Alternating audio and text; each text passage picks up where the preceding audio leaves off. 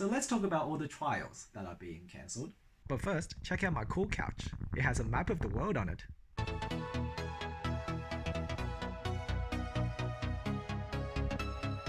No specific teaching topic today, as news are filtering in from my students from many different schools about what they are doing in relation to the trials and COVID lockdown. And with an inconsistency that is, I'm sure, equally as frustrating as the actual changes, schools have shifted from we'll still do it, but later, to we'll do it later and it's modified to be shorter, to finally, yeah, it's actually just cancelled and we're gonna give you some estimates.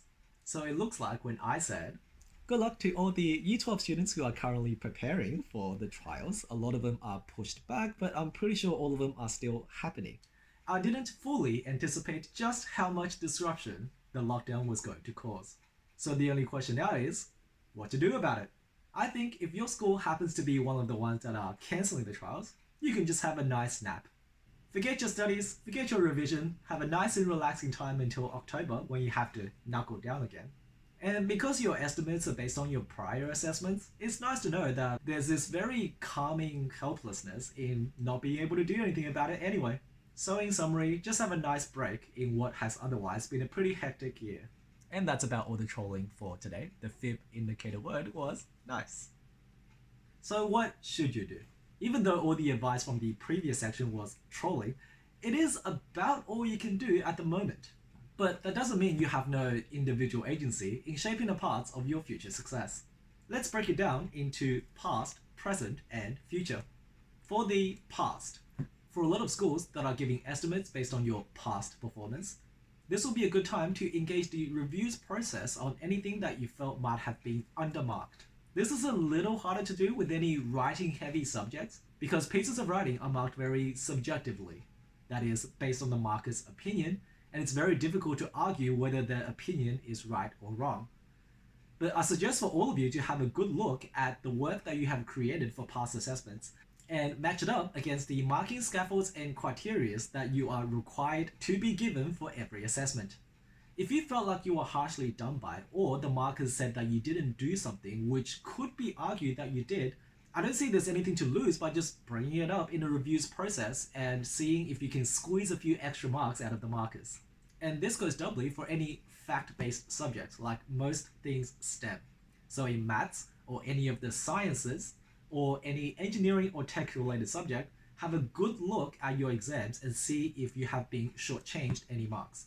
There's a surprising amount of oversight and subjectivity even in math. One of my students showed me her assessment recently that we worked on together, so I was very personally insulted to see her not do as well as I thought she should have. And some of the marks that she lost were just outright ludicrous. So I pointed out the exact areas where I thought she was undermarked, and those are things that she could potentially raise with her math department to try to get those marks back. Now, there are, of course, serious caveats when you do this. Don't go overboard. By which I mean don't bring every single one of your assessments to your different faculties to try to get 1 or 2 extra marks. Have a good think at your own performance against the marking scaffold and determine if there are truly marks you deserve that you were not awarded. And of course, be polite and courteous.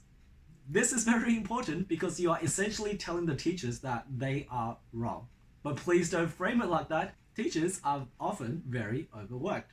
Not me personally, I'm extremely lazy, but most teachers at schools have to mark huge batches of exams, and it's very possible, we are all human and we all overlook things, that in the rush of trying to get the marking process done, they might have overlooked some parts of your work that were in fact deserving of a greater mark awarded.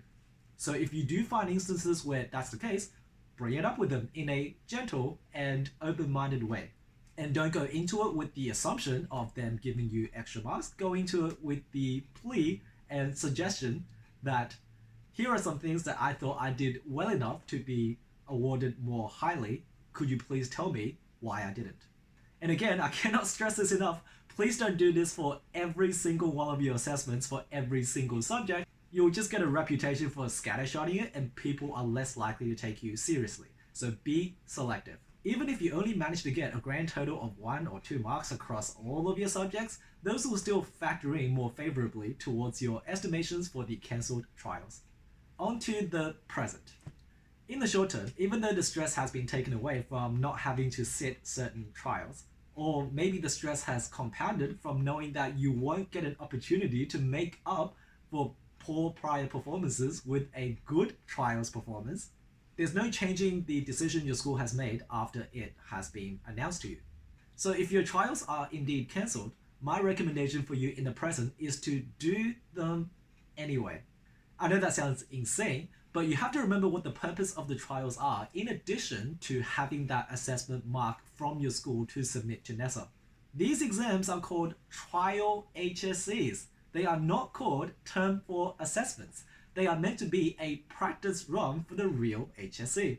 So I think it shouldn't be too hard to see the value in doing these trials anyway, under timed exam conditions, to test if you can in fact memorize the things you need to, reproduce the things that you are asked to, and come up with answers on an exam sheet that satisfies the learning criteria that NESA is looking from you. Or the better, of course, if you could get those practice trials marked, and this is where my job comes in. But even if you don't have a teacher who gets back to you quickly or a tutor who looks over your answers, just doing them alone provides great benefit, in my very humble opinion. On to the future. With the trials being cancelled, the real HSC is, dare I say it, still going to be on. Who knows? So you can start thinking about what you can do to get ready for the actual HSC, because that will make up 50% of your marks on that one exam day. So it's quite an important exam.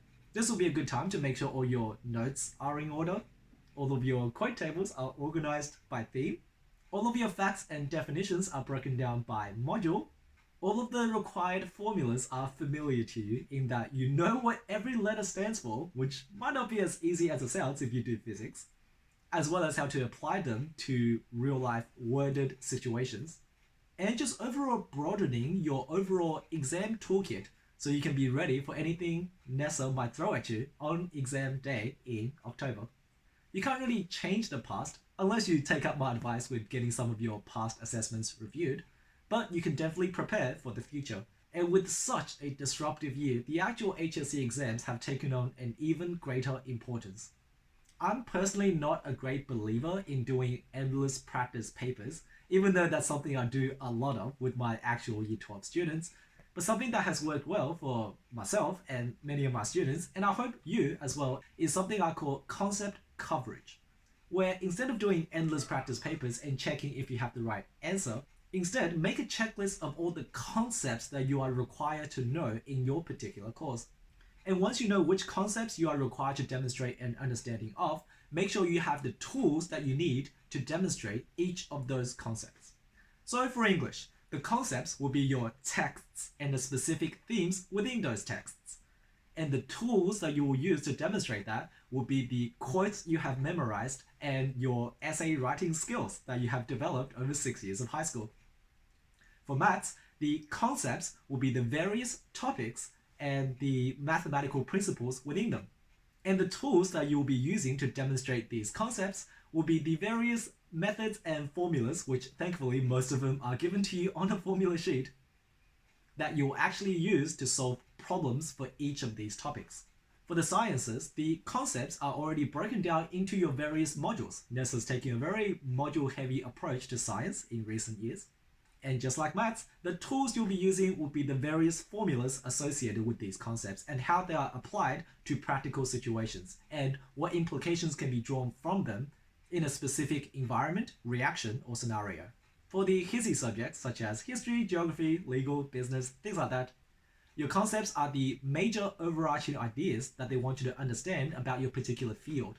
And your tools will be the specific terms, definitions, facts, and case studies that help you take these broader ideas and tie them into their specific manifestations in the real world. I know all of that is pretty vague, and a lot of students have a preference for just pre-memorizing things and regurgitating it on exam day, and if that's you, that's fine. But personally, I always feel more prepared if I have a good coverage of concepts and know exactly which tools I can use to demonstrate my understanding of each of these concepts. It just helps with that feeling of assurance that you'll be ready for anything the exam day can throw at you, rather than hedging a bet that your pre-prepared response will fit in nicely with the exact questions you will get on the day. And that's about it. The past, present, and future of how to deal with this rather bizarre situation of cancelled, delayed, and modified trials. I hope this rather chaotic year isn't causing too much problems for the current E12s, but I can't really see how it wouldn't. Just keep doing the best you can and know that there will be people here to support you. Your friends, parents, teachers, and even tutors like myself are all here to make sure that you can do the best you can so that your final HSC, and by extension ATAR, is an accurate reflection of your ability and opens the doors that you hope they would for your future career path. This has been my poor teaching. I hope some of it has been slightly useful to you. And if any of you out there would like any specific thing covered, please leave a comment or just get in touch with me and I'll make that topic of next week's video. See you in a few days for some poor tech, and until then, keep learning, stay calm, and take care.